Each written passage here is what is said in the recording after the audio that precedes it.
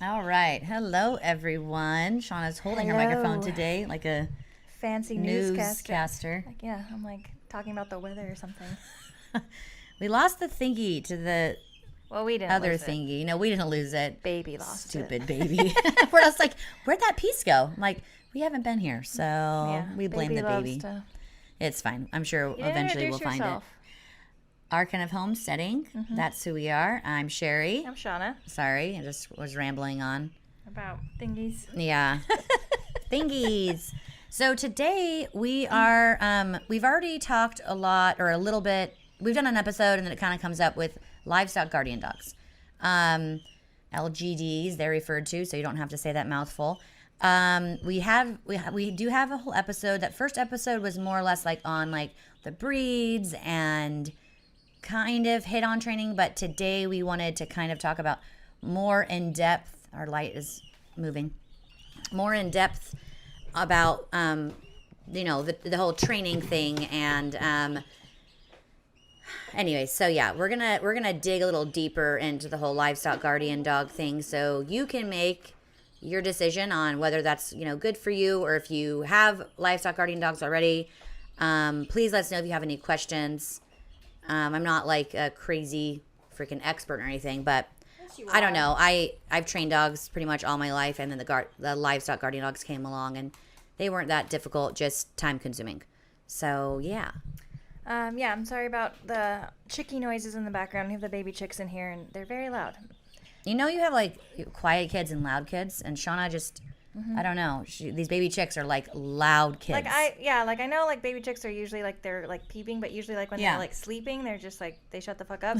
And like these guys, they're just constantly like beep beep beep beep. Yeah, like in their sleep, and they're just like, always talking, and they're super like, oh my god. Stop sleep talking. Yeah. Very annoying. So you're gonna hear that through the whole video. If you can't hear it, you're welcome. I don't know if they can hear it. Probably a little bit. Did I not fix it? No, you didn't. It's moving again. Highly unfortunate. Hopefully it doesn't fall. It's probably gonna fall. I'm gonna get my dog. Okay. Very, very lots of things going on. Sorry, our kids are still at State Fair, and we are hot messes, and it's like, I just can't believe. I mean, we knew how long State Fair was gonna be going into it, but we kind of had like the schedule laid out because our kids were only in certain shows, and we're like, okay, great. So we're not going to be there every day.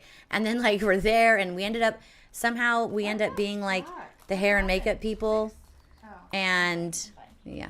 And that's fine. I love helping, and that's great. But then our kids are also being put into all these shows like every day, which is also absolutely wonderful. And they are totally enjoying themselves. But it's been it's a lot. It's just been very exhausting, but that's okay. We've been neglecting our gardens and our households. I don't even. Half my tomato plants are just dying from that stupid daughter flower. No. It's not gone. Tomato worms are on the other half. I'm like, I hate my life. And I can get in there really quick to water, but I can't do anything else. Like seriously, I don't have the time. You're going to see Sherry in a video being like with a flamethrower. In a couple days. Throwing it to my garden. She's just going to be like, tomato worms. How to get rid of tomato worms. Like everything's just burning. That actually sounds so satisfying. I was telling my kids like how I'm like, I am so fucking pissed with these tomato worms. I cannot wait to rip them off and feed them to my chickens. Do you know what they turn into? I don't care. Oh, you should care. I don't care. You should. I hate them. Have you ever heard of like a sphinx moth or a hummingbird moth? No. They're so they're very pretty, and they're very big, and we're gonna have to fix that. Maybe just like put it on top. Sorry, we're having lots of issues today. But they have like they're really great pollinators actually. Yeah, well, when they're in their adult form. Highly unfortunate. Their adult form. Yeah, and they're very like they're kind of cool to watch. They're usually around my honeysuckle later in the year when they turn to big. Well, I hate them. And I wish they would all just die. No, because they're great pollinators. They're pollinating. I know, but I spent so much time in my garden, they have their little, they're like decimating all of my tomato plants. Can you just what do you eat when my tomato plants aren't here? Other people's tomato plants. Can you go someplace else? Go to someone else's tomato plants. I don't got time for you. I had to ask my because like I'm trying to get here at Shauna's house a podcast, and we thought anyways, whatever. So trying to get here, and then I'm like, okay, I don't have time. I milked the kids, fed all the animals. I'm like, I don't have time to water the garden. Like, I don't have time. And I'm, calling thank God, my older son and his girlfriend.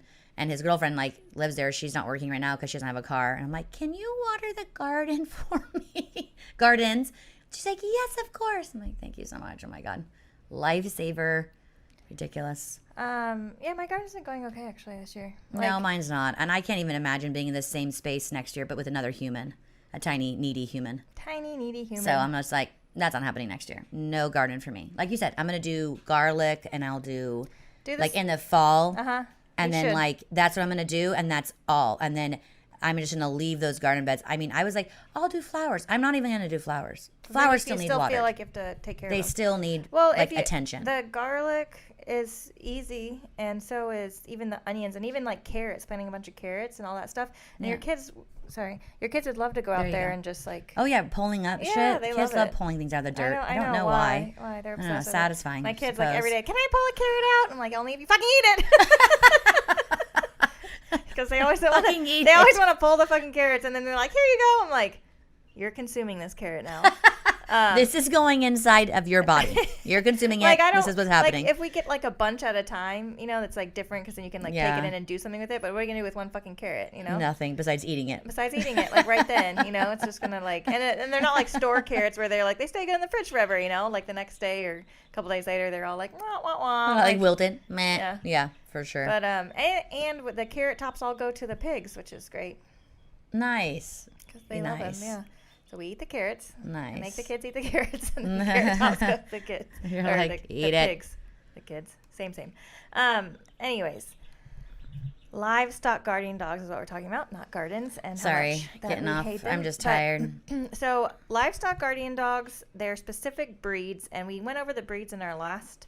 not the last episode, but in the episode that we did, the Livestock Guardian, it was called a while ago. How to Protect Your Livestock, or I think it was how... protect your farm, or how to protect your homestead. In nuance. How to protect your homestead from predators, I think is what it's called. So I'm gonna, when I do the show notes, I'm gonna link that episode in the show notes, so you can just hit it and go right back to it. It's a good episode, and if you don't have LGDs yet, and you're like, yeah, we want some, definitely listen, and then also listen to this one. Today, I think we're just gonna talk about more training and, when you actually have them, not necessarily like getting them. Because last time we were talking about make sure you're doing your research. Don't get something that's a half breed. It's very, very important. I know people are going to say like, oh, my Labradoodle crossed with the Great Pyrenees is a great protector. And you know what? She or he might be a great protector, but they're not always going to be, and you can't bet on it. And so anyways, listen to that first episode because it does have good info. But today we're just going to go over more like training and more in-depth when you actually have them. Yes, exactly. Yeah, so, okay, so of course, everything is controversial. Literally everything. So I did a lot of research before I brought our boys home, and they're... How the fuck old are they? They're 7 years old now. I was like, how old are they? So they're 7 years old. I'm going to have some of your tea. Yes, have some. So one thing, and I think I did hit on this last time a little bit, you do not want two male siblings. So good. So I unfortunately learned that, even though I did do tons of research, I unfortunately learned that little tidbit after I brought mine home. The hard way. She still has them. They're fine. They're both still they're alive. fine. And they have their tiffs. And it was a kind of a long road, but I'm not the person to like give up a dog just because like it's difficult. Like, nah. Like, you're coming in this gate, you're staying here. So do not get two male siblings. Now, a female and a male sibling, that works. And even two females work better than two males, but I would not get female. I wouldn't get two females. Even two female dogs in general. Yeah, it's a bad idea. Females are just bitches. I know like that's where that comes from. Okay, have you ever even like think of kids, right? Or putting more than one female in a room.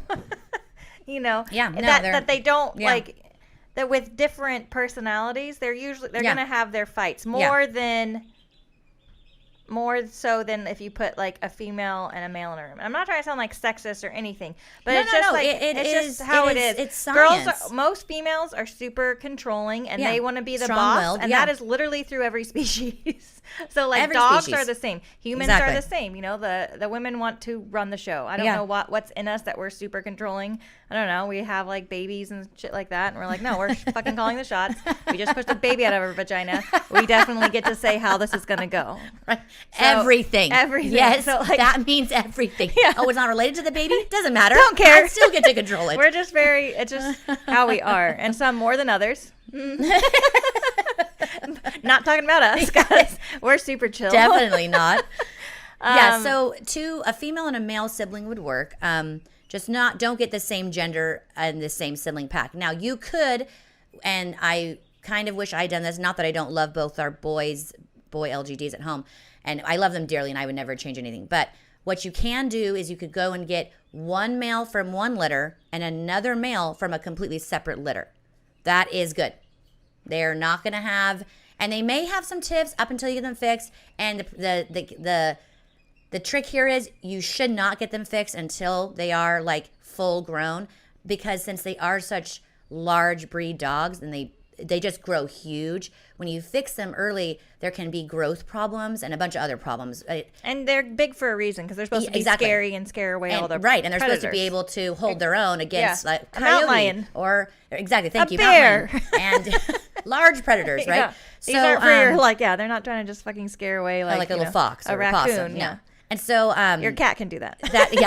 Seriously. So important not to fix them. Don't fix them too early. You're gonna just wait it out. And I know that's hard because for several reasons. When they are not altered, they are gonna try to get out of your boundary of your territory even more so than they normally do, which can be a huge pain in the ass. But it is what it is. Just fucking deal with it. I don't know.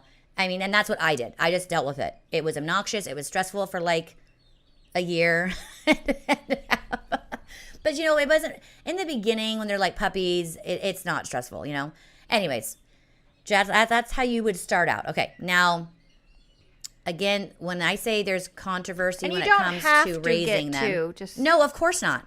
You can just get one depending on, and you shouldn't get two if you have we have 5 acres. I wouldn't get 2 LGDs. I would only have one to run our 5 acres just because it is smaller. Sherry has multiple dogs, multiple LGDs, but the 2 that run the 10 acres, because they have a lot of livestock, they have way more goats than we do. And they're just really spread out. And so they can take care of the whole property. They can take turns taking naps and watching. Exactly. And they do, and that's what they do. They take, literally. They basically, it's like clocking in, clocking out of the job. They're like, okay, it's fucking your turn. Yes. They're like, okay, great, I'm going to go take a nap on the porch. Yes. And so that's how they do. And they still do get into fights, and when any dog gets into a fight, it always sounds worse than it is, and they stand up and they're taller than you, and it looks scary. And you're just but it's normally, more or less, they're never going to really. They might make each other bleed a little bit, but it's nothing like. Might have scars. Like Rainbow has a scar above his eye, and he has a divot out of his tongue from his brother. But they're brothers, and they, brothers fight more than. Just how it is. Just siblings. But so getting back to the controversy. Sorry. No, it's fine. And I read both sides of both stories. Okay, so some people are like, you put your LGD puppy right when you get them, you stick them in with your livestock, and that's where they stay.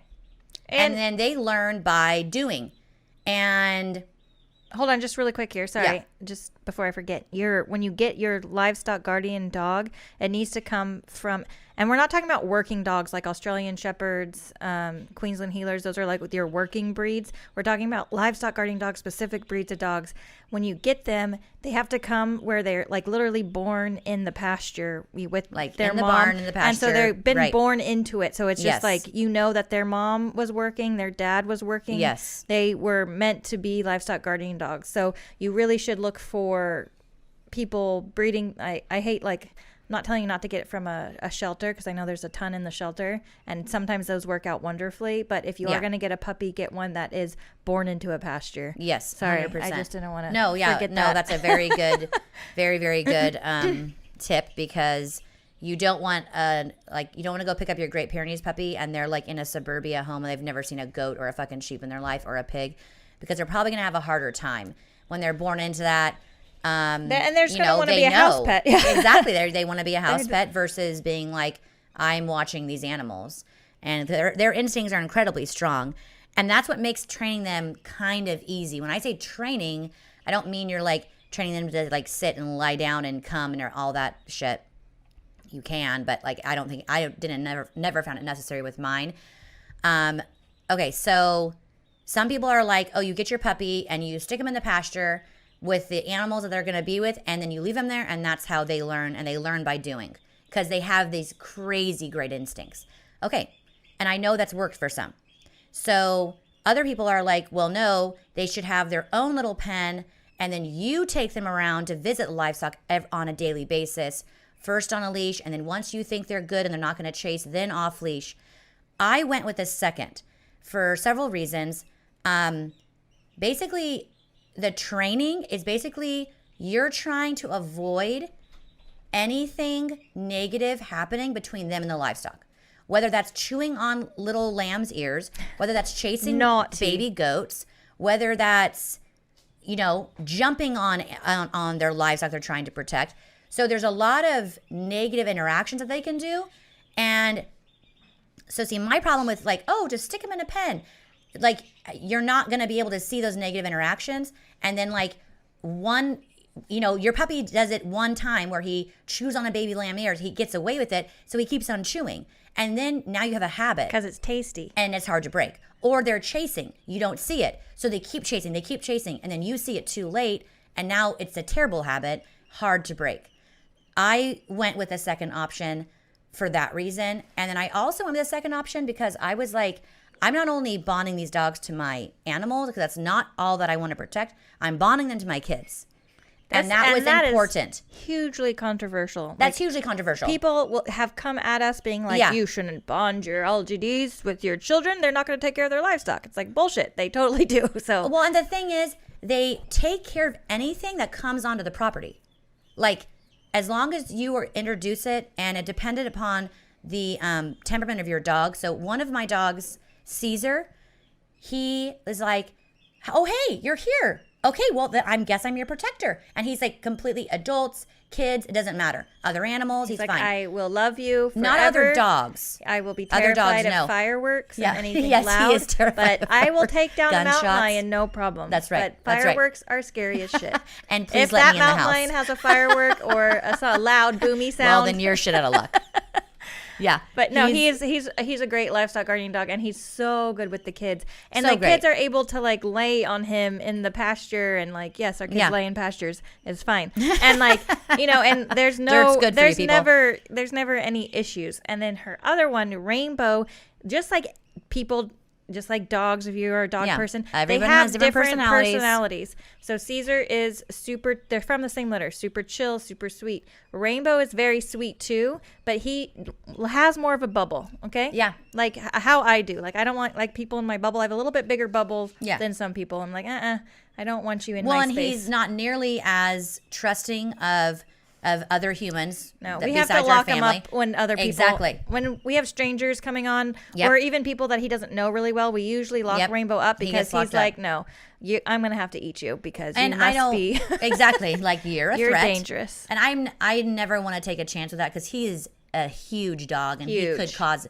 some major damage. And I would obviously don't want anyone hurt. I don't want him to then be in trouble for that. And so you always need to remember that too. Don't just like, oh no, I'm sure it'll be fine. Like read your dog's body language. They're like staring at someone and their ears are kind of up and their tail is like, completely straight. And, it's very easy to tell a happy dog versus a hostile dog most of the time. And you can tell like which dogs handle like little kids running around and being crazy and which ones can't. Yes. And you really you have to pay attention because if you do have people coming on your property, you need to know ahead of time, like, I got to go lock this dog up so there's no issues. And we always tell kids, because we have kids coming in on and off the property all the time, we just like, leave that dog alone. We let people know. We don't try to like hide it that he's Like, No. We don't hide it at all. Yeah, we tell them like, hey, leave that dog alone. Don't go over there. That dog in that pen is locked up for a reason. Don't go in that pasture, because the kids are jumping in and out of pastures to play with goats. Like, you don't go in the pasture that Rainbow's in. And and our kids, our kids know to tell. So. Just it shouldn't be anything where you're trying to hide it. It's not doesn't mean that Rainbow's a bad dog. No, he's a great protector. He's a great protector, and because he is so untrusting of other people besides like our family, he's the one that's not going to let people on the property if we're not home. Caesar may let someone on. He's like, especially you must be a friend. A treat. Yeah, exactly. So like Caesar, they're both absolutely wonderful when it comes to protecting against predators, as far as like other animal predators. When it comes to humans, Rainbow is my guy, right? Like he's like, no, you're not coming on this property. You're not. I'm gonna bite you, And so, anyways, I'm gonna dig a hole and bury you. That's seriously. And so when they were puppies, and they were raised exactly the same, this is just their temperament showing, and which is. Just that's what it is, and that should be expected. You should never expect like two dogs to act exactly the same, even if they're siblings. And so I kept them in we have a huge, we're on 10 acres, but we have a huge area fenced off behind our house, and so I kept them in that area. I would take them up every day. First was on a leash, both of them. And we went into the goat pens. We saw the chickens. We would sit with the chickens. I would just sit on my phone, and they would just be playing. And then as soon as I felt like, okay, I haven't seen any kind of chasing. I haven't seen the ears perk up, and they're like, oh, I'm going to chase you. Okay, we're going to come. I'm going to bring your leashes, but I'm going to let you off leash. And then the second I would see any kind of chasing behavior towards the chickens, towards a goat, anything like that, it was immediately handled. And immediately, like, they were, they had consequences, and it was like, no, and then back on the leash, and then they would, sit with me. And they rarely had, situations like that since I was right there. I think one of them chased a chicken as a very young puppy, and then one of them kind of went like play bow to like a goat, and it was instantly corrected. And because of that, they don't chase or do anything. Rainbow does eat baby chicks, but that's because he's fat. I don't know. It's a strange thing, and it's a really bizarre thing. Dogs are really like... And he doesn't go after... He never, ever bothers the adult chickens or the adult guineas. He never bothers the goats, and he's penned all the time with the goats. I never trusted my dogs around baby chickens. Like, all of our baby chickens they get locked up into brooders until they're big enough, because all my dogs think they just sound like squeaky toys. It's that's Cookie. But she's not an LGD at all. Baby chicks. But what's funny with this whole Rainbow eating baby chicks thing, this is like a kind of a new development. This wasn't a thing he always did. He never ever bothered baby chicks or chickens as a young puppy. He figured out that was easy and was a quick snack. It's been in the last it sounds really gross, but we're probably grossing people out. Yeah. It's just been, and he like comes up to the mom just walking by you. I'm your protector, right? Just don't even worry. And then he's like, wah, and he like holds the mom down. Stop. And then like gobbles the baby. Sherry, Jesus Christ. We have people that want to listen to us. They're going to like... What? It's crazy. It is crazy, but it's very awful. Smart of him though, right? I guess. That's like highly intelligent. Like, wow, okay. Sad, but very intelligent. Jesus Christ. Anyways, that's how I trained them. And because since I did that, they never had bad interactions. And then also because they were with us, like behind our house, my kids were always out there interacting with them. And you should see them now with all the kids, right? Like my girls go to feed and they like flank my girls like as they're walking up the hill. And it's such a great thing to see. We have tons of coyotes. We have, stray dogs like all the time. Like we have a couple, what are they called? Like German Shepherds just constantly running around, and we have really big coyotes too. And anyways, we have the mountain lions, of course, and bear. And so, when I got the LGDs, like that was like, I was like, okay, I'm not only getting these guys to protect our animals, I want them to protect the kids. I'm not always going to go up with the girls to feed, obviously. Sometimes we'll go up together, I milk and do the gardens and they're feeding, but like more or less, they usually go up before me and they're out there alone. no one is up there. Everyone's at work usually, you know? And so it's a really good feeling that my dogs are that protective over my kids. And that's how I did that. And even like, you know, my kids, which don't live there full time, they still, when my kids are there, they're like, wherever, if the kid is like, and we tell the kids they always have to kind of stay buddies there just because there is a large predator load. But even my two will be walking down to Sherry's house, which is quite the walk from the top of the gate. And they still are like, we're going with you. They just flank them and they're just like, okie dokie. We're going to watch these guys. Protecting you, little guy. Yeah, it's just amazing. So, so they are, and how they are so good at their job. Like we have, you know, like I said, there's a high predator load. There was constantly mountain lions coming over, grabbing chickens, grabbing goats and stuff like that. We had a really bad eagle problem, the golden eagles. They keep those away too. They keep everything away. So I have heard of people, like you might have an LGD and you might be going through issues now with like, I have heard of LGDs, like they put them in the pasture, how Sherry was talking about, like the first thing where they from the beginning, they've been in this pasture and then all of a sudden they are now like they took down like a baby goat or even a large goat. I have heard of that happening, and I know it can be super disheartening because you're like what the fuck? I got these to protect these guys, not to kill them. Yeah. And so it doesn't mean that they're like a lost cause. It doesn't mean that they can't be good at their job. It just means that they, like something happened and you weren't there to correct it. And all it means is that you need to put more time into them. I mean, and that's definitely, if you don't have LGDs yet, that's something you definitely have to really ask yourself if you have the time to devote to these dogs. For the first year and 2 years, depending on the personality of your dog, they're gonna need you. They're puppies. They're puppies, and because they're so huge, they stay puppies mentally for much longer than like your average dog. And so they're going to want to play with that baby goat, and then play turns into chase turns into, now I'm tackling you and I'm going to nibble on you a little bit, and just a you little. know. It turns into like a predator prey situation very quickly. Exactly. And even if they are just chasing, I mean, they can exhaust a baby goat, a baby lamb very quickly, because their endurance is incredible. A baby lamb, baby goat, not so much, right? And so anyways, it is work and it is effort that you definitely have to plan like on putting into them, but it's very doable. And I definitely wouldn't go, because some people go into it thinking that they will have their animals in a pasture and then they have the dogs running outside of the pastures to keep things away. Like, the dogs need to get into a pasture if there's a predator issue, first of all. Yes. And they need to be okay with every single animal. You need to be able to trust the dogs with those animals. So that doesn't work like that. You can't just be like, well, I'm not going to worry about training. They'll just run the property and keep things away by barking from afar. So it doesn't work that way. So people, if you have that in mind, it's just not going to work long term. Maybe short term, but not in the long run. So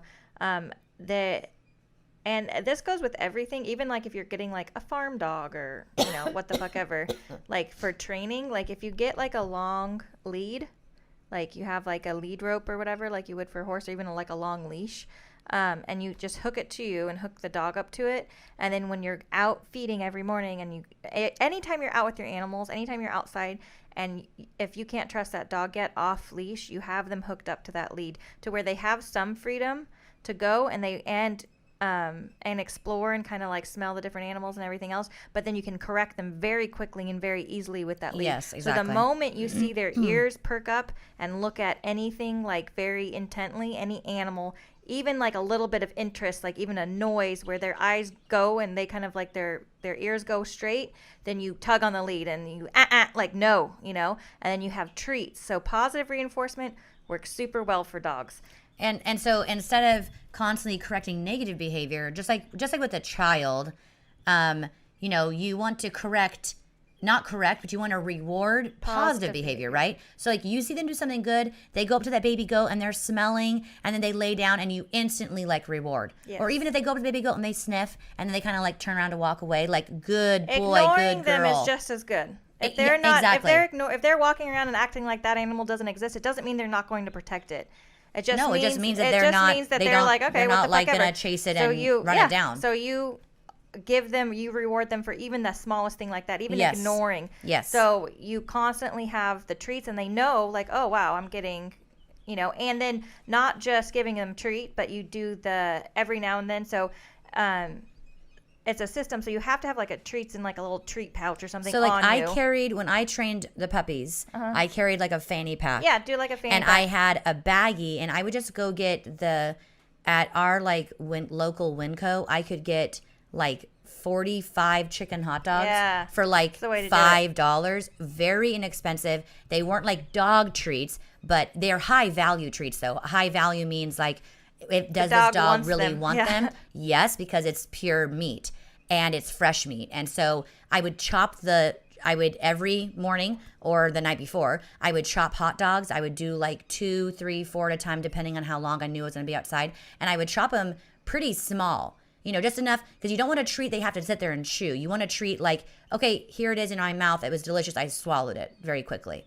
Like, it's just something to be like, good boy. And they're like, oh, that was freaking delicious. Do I get another one? You should also do different treats. So you have the hot dogs. You can have like the hard like kibble bits that they might like. They have like the harder treats. Have different things in your bag so they never know what they're going to get. Yes. They like some more than others. And then you also do at random times. It's not because of something that they did like overly good, but they're called like jackpots, to where you do like a handful of treats. Yes, because then they really never know, and they're always what they're excited gonna get. Exactly. to be like, oh my gosh, I'm going to get a super good treat this time, because dogs are always super optimistic. Yes, exactly. So you have like the jackpot sometimes where you reward them, and so that daily of going out there on the leash, correcting negative, reinforcing the positive, that is what is going to get your dog to where you want them. And like I said, that's not just for LGDs, that's for all your farm dogs if you're worried about them chasing animals, because there's plenty of times where farm dogs are out there and they get into or a goat gets out, or a dog gets into a pasture, and they're like, I'm chasing you down and I'm killing you. And then you're like, I need to get rid of my dog. And you do not. You just need to take the time to train them. And there's also a thing, and I've never tried this, but like, because dogs and chickens, like that's like the hardest one. Yeah, chickens are like walking squeaky toys. That's all there is to it. And they're easy they walk to chase, weird, and they make really like sudden movements, and their noises are very, very pleasing to the dogs. It's always going to be like chickens, some type of fowl and dogs. It's always like the hardest one. That's the hardest one. So I have read though, and people have said that if you like tie a dead carcass to the dog, that's disgusting, and it you would not leave work it there, on my dogs. And then you leave, and they get so like repulsed by it, they don't want to like kill anything. I don't know if that works or how it works. If you've done it, like let us know. But I don't know. I think that the reinforcing, keeping them on the leash, and of course that takes more time than just tying a dead chicken to your dog. But like I think it really does have. I have like, and there's also a time. Sorry, I'm like not finishing a thought. But there's also a time, so when dogs are puppies, they have that play like, and more, they're still learning, right?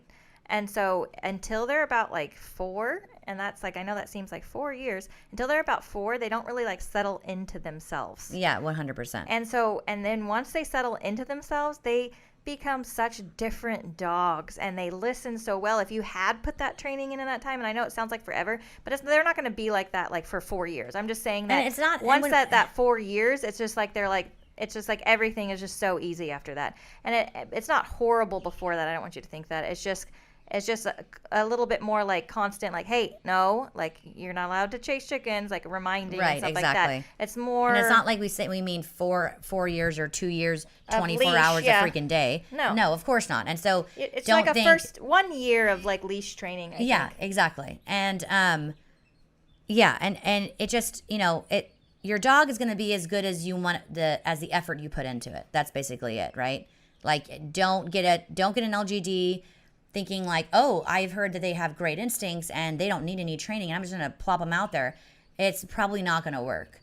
I know it has worked for some, but I personally think there's too much area for error in the way of that dog having way too many chances to have a negative interaction with that whatever livestock he or she is penned with. I think if they have more animals too, you know what I'm saying? If they have only one animal that they're looking after and you don't have to worry about anything else, like just goats, it's easier to train them not to chase just goats than it is goats and chickens multiple and ducks things. And multiple different depending species. on how you're penning them. Exactly. Yeah. So it is. But I wanted to hit on if you are gonna go with the first option and you're like, okay, yeah, we're gonna do this puppy and that's what's gonna work for us and that's what I think is the best. That's fine, obviously.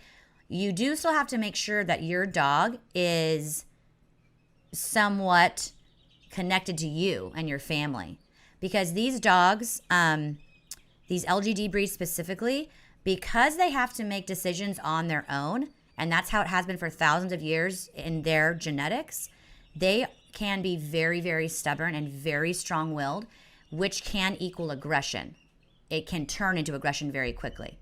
So you have to be sure that you're always like, yes, I'm going to be out there with my dog, spending time with him. I'm going to take him out of the pen. He's going to follow me. We're going to have some kind of a bond. That's important, especially if you have children. Obviously, you don't want your kids hopping the pen, the dog being like, well, I'm eating you now because I never bonded to any human. So dependent upon your dog's situation. I know I see a lot of dogs running with, the goat herds they'll rent out. Mm-hmm.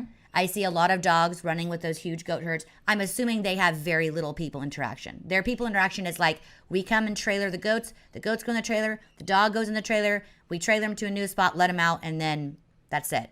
And so, and obviously for food, anyways, it's really dependent upon your situation, but you need to think about like your lifestyle, your family, how it's all laid out, and who's even there with you. Even if you know that you have, like, you might not have kids, but you have kids coming over, nieces and nephews, what the fuck ever. Yes. Like, you need to, like, kind of figure that out ahead of time. But I think that it's always valuable for dogs to know children and to know that, you know what I'm saying? Like, get them used to everything so 100%. You don't have issues. Well, and here's the thing with these dogs too. You cannot let them get away with things either. So, like, okay, I walked out I was walking up and Rainbow has something and I don't know what it is. And I know his brother's around someplace. I don't see Caesar, but I'm like, okay, they're going to fight over whatever he's like munching on, right? I don't know if it was like trash or whatever. So I went to grab it and he growled at me. Mm. This was years ago.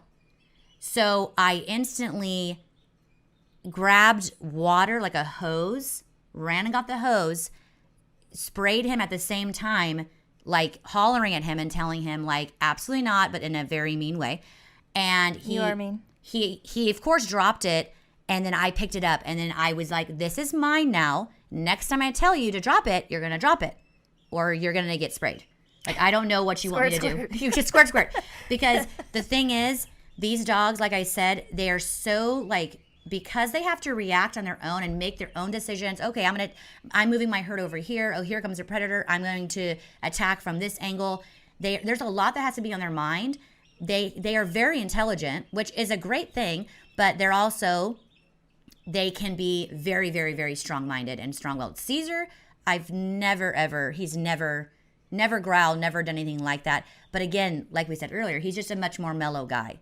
Rainbow is very highly intelligent and very much like, I'm in charge, which is fine. He can be in charge of some things.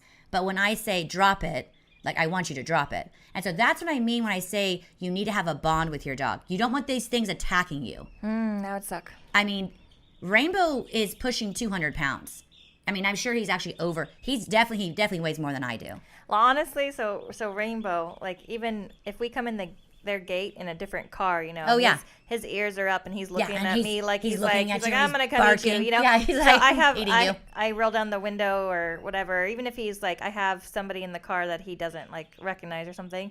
We have a song for Rainbow, and immediately like his ears go down and he loves it. We call him Rainbow the sheepish lion. And I start singing his song and he like loves it. And it sounds stupid, but it's just like a bond that we have, and that he knows, and that he's like, oh, hey there, like. That's my song. Yeah, you must be that gal. Yeah, you know me. And so it's just like little things like that, and really knowing like your dog and knowing dogs in general. Yes. Our dog, he's not an LGD jelly. If you guys listen to the show, you probably heard me talk about him before. But he, as like a puppy, when we went to get him, and he's just like a mutt of various things. When we went to get him, he actually had been given back. He was only 8 weeks old because he like bit a dog at the other household that he originally went to, and so he was deemed like aggressive or whatever as a puppy. You're like an 8-week-old biting another dog. And so sure that's a big deal. Knowing that he had already that like stamp of like I'm an aggressive dog, and he even seemed that way. He was like he was super like full of himself, and he was just like I run the show as like a little puppy, and you're just like get out of here. And so I was like I'm taking him home just because I know that I do know dogs, and like I know that it would have been a struggle, and I could have just seen him like end up in like a shelter. And so I was like no, I'm taking this dog. Like I can like, and there has been times where it is a struggle because he is that I don't want to say aggressive. He just is. Well, aggressive is not the right word, but I can't think of a different word. He just is more like, no, I want it my way. Yes. And just like strong-willed, like Sherry said, and he wants to run the show, just like some kids. Just like some kids, exactly. Some kids are very much, it's not a bad thing. Exactly. It could be a very good quality. You just have to figure out how to maneuver around it, just like you would with a kid, right? To where it gets, and so and Jelly did the same thing to me actually when he was a very small puppy. He had actually a gopher. It was dead already, but I was trying to get it out of his mouth just because I was like, you can't eat a gopher, It's gross. I mean, he could. Yeah, but it's fine. Gross. And I was trying to take it from him, and he was all little. He's like, this is my gopher. And I was all like, that hurts my feelings, first of all. I'm sure it's exactly what you said, too. That's exactly what you said. And I was like, secondly, this is gross. I'm taking the dead gopher from you. You may not have it, sir. He felt sorry for himself. You felt sorry, and that's good. And we still have issues, like, he isn't super fond of other dogs. That's why I don't have an LGD. And we have issues with we have 2 other dogs, and 3 if you count my younger sister's dog, who doesn't live in our house, but he lives on the property. And he has his things. He has more of a bubble, like we were talking about. But we just we figure out what his triggers are, and we try to avoid them. Right, and just like you would with a kid, right? Yeah. Like I know, like, for example, Corelli, my 11-year-old, a huge trigger for her is if she has not eaten. Mm-hmm. You never ever want to be around Corelli when she is hungry. And the second unless she's you like, have food in your hand, that and you the can second offer she's her. like, I'm hungry, I'm like, I'm making you food right this very second. Yeah. It's not like we can wait type of thing. But see, that's one of her triggers, and I know that from experience with her, because when I have said, oh, well, hold on a minute, I'm busy, then there's huge blowout fights between her and her sister, her and her brother. Meltdowns. And it's bad, You're just right? dealing it's with bad. a lot of stuff that you could have avoided. And I could have avoided it just by fucking feeding her, right? But the same with dogs, though, and people don't understand that. It's the same with dogs. It is and the same, it sounds though. dumb, Yes. but you think like, well, avoiding behavior isn't solving it. Yes, it is. But there's no solving, just like there's no solving my daughter's hunger besides giving her fucking food, right? But the dogs, by avoiding those triggers, avoiding those behaviors, yes, 100%. It is solving it. It is solving it, yeah. It totally 100%. works really well, and then you have less and less situations where you have to correct like negative behavior. And exactly. You can be like, oh, good job, and again, reinforcing the positive. positive. And the other thing, and I'm glad we're hitting on this, because the other thing that you need to keep in mind, whether you're going to get an LGD or whether you already have them and you're in the training process, you are going to have imperfect days, just like with anything else, just like with raising your kids or in any kind of relationship. There's going to be imperfect moments. They're going to fuck up. They're going to do things wrong. You're going to fuck up. You're going to fuck up, but it doesn't mean that it's still not going to work. You just have to do more research, buckle down and be like, okay, I'm Googling the shit out of this. Don't post that you're getting rid of your dog because they did, they killed a chicken or whatever. Like, even just like, honestly, even if they were like, oh my God, they killed this baby lamb by chasing it down or by gnawing on a little bit. Well, I mean, I like how you say gnawing on it a little bit, like every time. Gnawing on it. Because I say gnawing on it because it's not like they're not intentionally chasing it to kill it. LGDs, the reason they work so well is because they have a very, very low prey drive. They don't chase things. They literally just don't, right? And so as puppies, though, it's play, right? And they're like, oh, this is fun. And puppies want to chew on everything. And puppies want to chew. So that's why I say gnaw on a little bit. They're not literally chewing on the baby lamb. Have you ever chewed on a lamb ear? It's fun. They're not chewing on it because they intentionally wanted to hurt it or kill it. It just, they were chasing, and then all of a sudden Chase turns to like, oh, chasing faster, faster. And the baby lamb fucking dies, and they're like, I'm going to gnaw on your ear or whatever the heck. You know what I mean? So my point is any of those things can be corrected. It just takes time. Obviously, when you've already had bad experiences, it's going to take even more time. And that's why I would suggest not penning them immediately with animals where you can't consistently be there. That's just my perspective, though, on that. I like it. It worked well for me. I love it.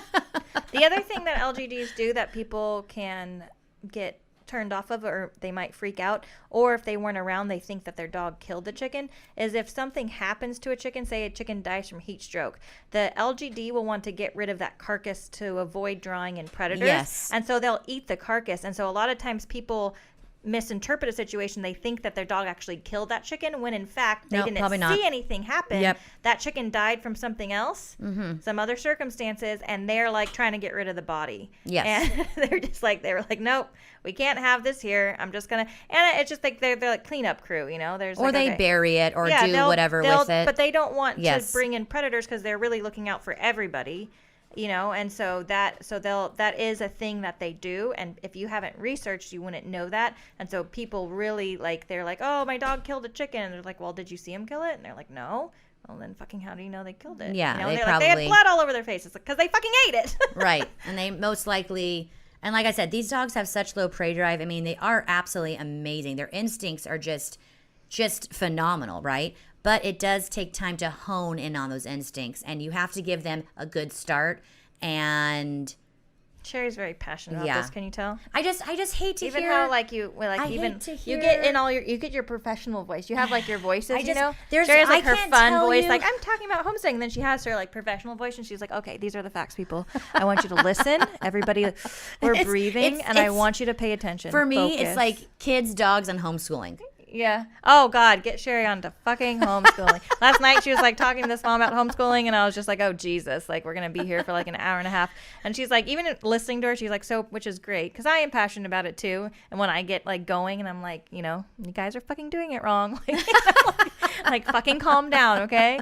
I just hate to hear. I read so many times on all these social media things about, I need to rehome my LGD. And that's why we did this. That's why we did this like, podcast. Oh, no. We're trying to educate. We're trying to educate you guys. Yes. Because just do more research. It's okay. But literally, it goes for every fucking dog, though. It goes.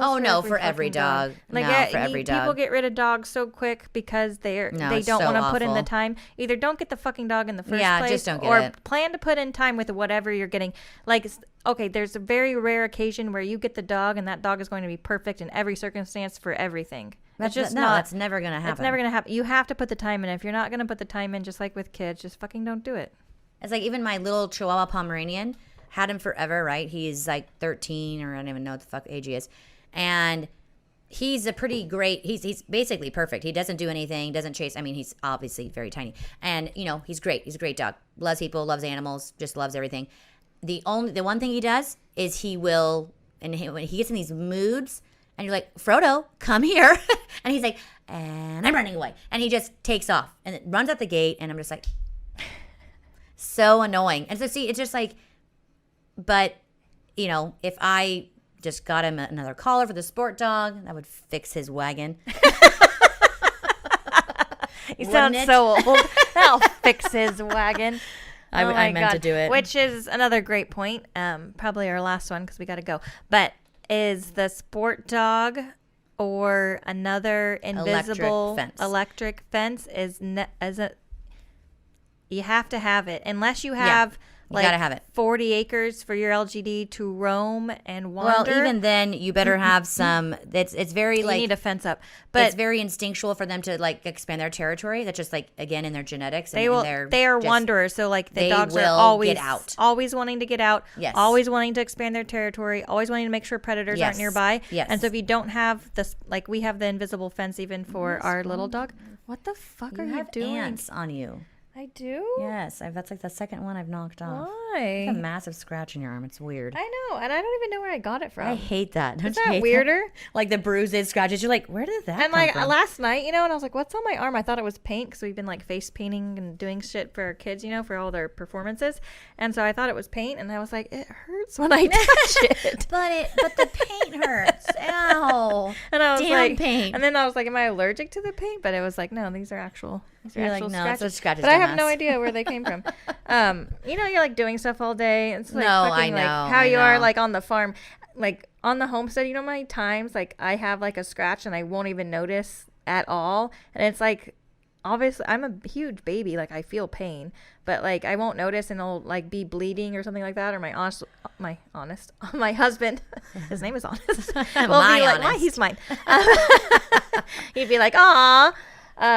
He'll be like, that looks infected. I'll be like, what looks infected? I'll like have no idea that I had a scratch that it tried to heal and it looks like shit, like I'm like, oh, I should probably put something on. Probably should have put something on that. Damn it. It's like that's probably from something rusty, some rusted wire around here. Right. Tetanus. Right. It's fun. Anyways, I think we did a good job on the LGD training. We hit on the Sportdog Fence last time. I just use, that's the brand I use. And it's very reliable. It's super reliable, very heavy duty. It can cover a massive amount. You do need electricity on both ends. So it has to the box plugs in, one of the wires goes out of the box. You take that wire around wherever the fuck you want it. And then the other end of the wire plugs back into the box. So that is kind of tricky to figure out. We figured it out at our place. We have it in our barn, and so it goes all the way around, and then you plug back in. And the dogs wear collars, and then they cannot, there's settings, and they can't get within whatever setting. I mean, I have even to jump the fence, because hers would jump, and others would Caesar dig. jumps, and Rainbow would dig. Rainbow can't go anywhere near and it. And they really, really want to get out, and it's almost sad that you're forcing them to stay in, because they're like, I'm trying to help you. It's not sad. But, I'm helping but you them can't live. have huge dogs running around, especially where we're at, because it's farmers can shoot the dogs if they think they're even worrying the livestock. Yes. And so we don't want any kind of it'd be issues. so sad. And we've even had that up here where a livestock guardian dog was shot and killed because it was just out and wandering around. It wasn't aggressive. It just was out getting into trash. They're definitely going to hell. Whoever shot that dog. I know. Luckily, those people. Not the people that had the LGD, but the other people moved away. It's so awful. I know. Horrible people. I was just like, what the fuck is wrong with you guys? I know. It's just getting into trash and you're like, and I am ending your life. That's what happens. Which consequences. That is illegal. You can't do that. Well, I just how are they not prosecuted for that? I would have taken that so far. They tried, but they had dumped the dog's body far, they couldn't even find it. Oh my God. Yeah, it was an awful situation. Horrible. No, but knowing that we have those that is people, they don't live here anymore, but they were a few. Oh, assholes are everywhere. Probably 15 acres over. They're not too far where your dogs, if they got out, could go. And that dog was just going through a trash can. Can you imagine if it was a dog on their property? No. It's those are the kind of people that fucking would kill a cat for pooping on their lawn or something. Well, and unfortunately those examples are good examples though of why you would want to use a sport dog, because you do want to keep your animals contained. Whether that's I would genuinely worry if Rainbow was out. I would genuinely be worried for other people's safety because he, like I said, he is no, I don't like people. And if he thinks that is his property, is even outside of your property, and he's you shouldn't be here. You shouldn't be Human here. that's riding their bike, I'm going to chase you down. Or what I would most worry about would be other dogs, people walking. Oh, right. Because he would just eat someone's dog, and it would be awful. Yeah. Just eat them. So anyways, Caesar out, he just kind of wanders around, and he's I'm at the fence, let me in. You're you're an idiot. But, and he's more or less fine. But either one though, with that poor dog who was shot, I don't want to be in that situation. I mean, if someone shot Rainbow, I think Dad would legit go to prison for killing someone. Our dad loves Rainbow. Rainbow is his dog. He talks about he talks about Rainbow really bonded with Rainbow our dad. Somehow morphed into my dad's dog over the year, and basically he stays up at my parents' house and Caesar stays down at our house, which works out actually really well because they both have this ongoing feud about it's my deck. No, it's my deck, Yeah. So they both have their own decks now. Works out very well. Hurrah. But my dad is just completely in love with this dog. Not that he shouldn't be. It's just very sweet. But I really think he would go to prison for that dog. Oh, yeah. Or his cat. So Rainbow has to stay contained. Yeah. Well, the cat can't kill people or dogs. It's a big cat. It's a big cat. And what have you seen him? He's such a baby. He is such a baby. He lays there all day, and you go up there. He's like, "Well, you're not my dad. Leave. I'm gonna cuddles, but not with you." Yeah. Anyways, so yeah, good job, you. Yeah, I hope it wasn't too ranty. I was think it was trying too to ranty. laugh and put some jokes in, but I did want to give you guys info, and I hope I didn't come off as too much of a bitch. If you do have questions, please let us know. They literally are like worth their weight in gold. They're invaluable to have. 100%. If you are having predator, I like really wish I could get one. Yes. Even like though. Like I said, we don't have as many animals as Sherry has on her property. We still have been having lots of predator issues these past few weeks, actually. Oh, yeah, with your chickens. And it was something larger taking them. We are thinking it's a mountain lion now because my younger sister saw like the shadow of it hop a fence, and it's not, obviously, we thought originally it was like a possum or something, but possums don't jump fences. So. Well, especially that high. Yeah. I don't know how high a possum can jump, but anyways, so or it could be like a large bobcat, but regardless, it we have been having issues with it taking lots of chickens, and so I was just like, gosh, I wish I could get an LGD, and my dog's not going to stay outside all night. And he's like, no, I want to go to fucking bed with you. He's like, I'm sleeping in bed, actually. And he will hear stuff occasionally, and we let them out to like go chase whatever, but it's just they are not going to catch everything because they're just not outside. And the LGDs, they literally sleep outside. They stay out there 24 hours. They want to, by the way. Yeah, they don't like. That's what originally I was like. Oh my god, how are you gonna leave him? Like when Sherry first got him, I'm like, how are you gonna leave him outside? Like they want to cuddles because that's like we're huge on like the dogs, the cats, the kids. Everyone's in bed with us, cuddling, and we're just like whatever. We're having a great time.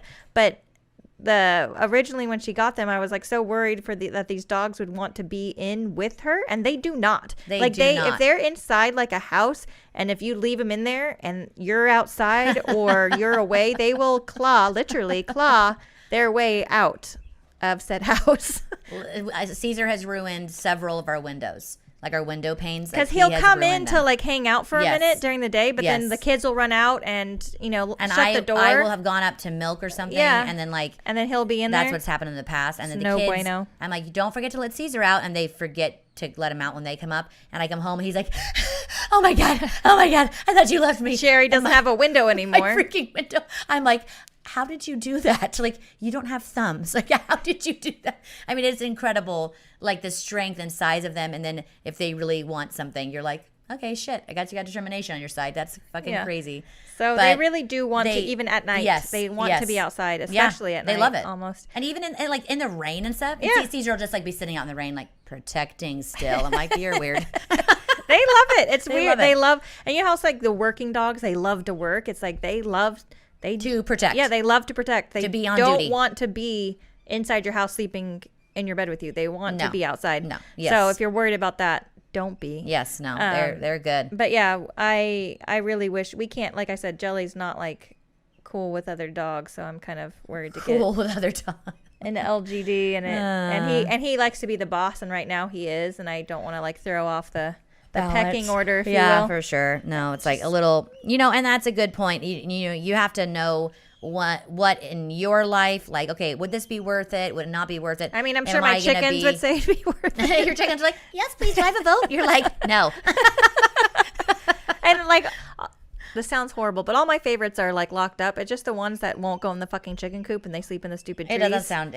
Most of those are just. They're just literally like feral chickens. They won't go in the chicken coop. They're very flighty. They don't want to be around people. It's like they're legit feral birds. And I'm like I don't know what to do for you. Then you're gonna die. I mean, right? I mean, we are offering you to go in the chicken coop, but you don't want to. No, I don't know what to do for you. They literally are like, we have a death wish. I'm like, we have a. I mean, I try to give them like. I'd like to stay outside and give them my life tonight. Yeah. I'm like, here, I'm gonna tape this little 22 to your wing. May the odds forever be in your favor. And they have like, I don't have opposable thumbs. You're like, that sucks for you. I guess the odds are not in your favor. Not that a little 22 would do much with a mountain lion. Yes, but if you have any questions, please let us know. Happy to answer anything through email or through Instagram. Facebook's been down, but Instagram, even email. if it's a different question beside Livestock Guardian Dogs. Yes, of course. Just reach out to us. Yeah, we're happy to answer anything. Happy to help. And any episode like topic ideas that you want us to like hit on, please let us know. That's always amazing. And we're like, what are we talking about today? So that, we love ideas. Just give us ideas, because sometimes it's kind of hard to know what you guys want to hear about. And we do all of our SEO research. I know you have no idea what that means, but we do it. And we think we got it, but, sometimes we're like, is that what everyone wanted to hear? So really those episode topic ideas are great because it's coming right from our listeners. And we're just like, oh, sweet. And if you want to hear it, someone else definitely wants to hear it. Absolutely. So, yeah, don't be afraid to reach out. Yes. Other than that, thank you guys all for stopping by and for listening. See, I sound so professional when I held it, huh? Yeah. And you know what? And it's really worked in our favor, or in your favor, because you've been talking into your microphone. Usually you talk like over your microphone like this. Like, can you hear me? But I'm doing like a really good job. But like in the room. Because I feel like I should be like, not like announcing, like, I'm like. But I'm doing a really good on job. like site, I'm like, there's a tornado behind me. And I'm like, You know what? Honestly, losing that piece, it's meant to be. It's meant to be. You're going to hold your microphone from now on. Yeah, I might have a tired arm, but you're gonna hold it. No, it's not tired, especially with these little arm things. I'm great because you've I feel more been talking. Important. What a microphone can do for someone. Yeah, and I feel like I could, you know what I'm saying? Yeah, I have mine though. She's like, you want another one? Second one? No. Like when someone's talking, they give. They're like, and I'd like your opinion now. Yeah, exactly. Looks cool. Anyways, thank you guys all so much, and reach out to us, our kind of homesteading at Gmail. You can reach out to us through Facebook or Instagram. Again, it's our kind of not, but you homesteading. can't reach Facebook. Yes, you can. Oh, you can. Yeah, remember? I thought it was down. No, I told you. I can. Did you tell me? Yeah, I did. Sherry's pregnant. I'm sorry. That's her excuse for everything. She's that is my pregnant. excuse. And soon my excuse will be I have 6 kids. She has a shirt that says I have 5 kids, and now I have to get her a new fucking shirt that says I have 6 kids. Whenever like I would show up late or literally anything, I'd be like, I have 5 kids. She'd be like, I have 5 kids, Shauna. Like that's like literally like she always says that to me whenever I'm like, oh my God, church, I have 5 kids, Shauna. And I was like, well, technically. I still have 5 kids. I know you still have 5 kids, but one is like an adult, works full time, and you don't have to like take care of it anymore. The other one is almost an adult. Like I still take care of that one. I know, but he's not like it's not like you're trying to like when you say like I have 5 kids, you think like getting them into the car and getting them ready and all the things like No, but I still have all of the talking and all of the late nights until 2:00 in the morning. Yes, like, but Mom, you don't let's have talk about like this. you don't have to like find Aiden's shoes. Well, no. Okay, that's what I'm saying. You can't use that excuse anymore. I will forever. Forever. Sherry's like 95. I have 6 kids. And this many grandkids. That's it. That's right. You'll probably have like 15 kids by then, right? No. I'm definitely going to have a lot of grandkids, though. I don't know, Sherry. I don't know. Sherry keeps telling me that she's done, but yet she keeps ending up pregnant. So my husband would go get a vasectomy. They haven't figured out how it happens yet. Fine. Seriously, he hasn't at least. He's like, "What do you mean you're pregnant again?" I was like, "Well, we are having sex, correct?" So yeah. And he has to know that you're like extremely fertile. Like you'd like talk about it, and you're like, "I'm pregnant." Like he's so dumb. So dumb. Luckily, he does not listen to this podcast. You should have him listen to this one though. He was actually asking me the other day. He's like, how do you listen to your podcast? I was like, Spotify. He's like, how do I get that? And I was like, you upload the app, honey. Just like boop boop. He's so funny. He has a very wide skill set. Technology is not one of them. Not in his skill set. Which is weird because my husband's like the opposite. I mean, he has a wide skill set. He doesn't have exactly skill set, but his technology is definitely like his thing. Yeah, in his skill set. It's in his skill set. They're exactly the opposite person. It's so funny. Are. But they can be very similar in a lot of ways too. Yes. Yeah. Anyways, we will talk to you guys next time, like we already said multiple times. 5 different times. 5 different times. But this time it's this time we're ending it. Realsies. But thank you guys. And thank you so much. And we'll talk to you guys next time. You had to say it again. Happy homesteading. One more time. That's right. Goodbye.